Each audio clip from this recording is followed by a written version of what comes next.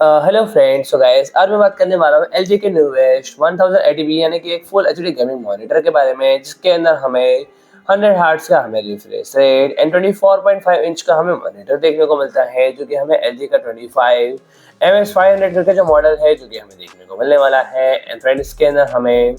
100 hertz का हमें refresh rate जो कि हमें reduce motion blur and smoother visuals के साथ, एंड इसके अंदर हमें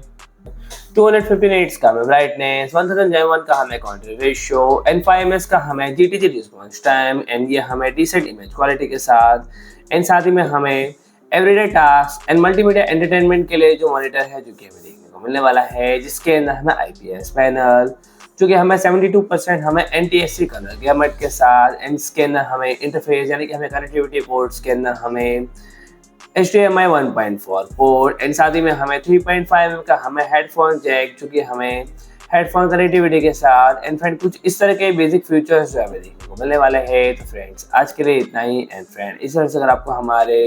नए इन्फॉर्मेटिव वीडियोस देखने हो तो फ्रेंड हमारे चैनल को सब्सक्राइब करें, एंड वीडियो अच्छा लगे तो लाइक करें, शेयर करें एंड कमेंट करें।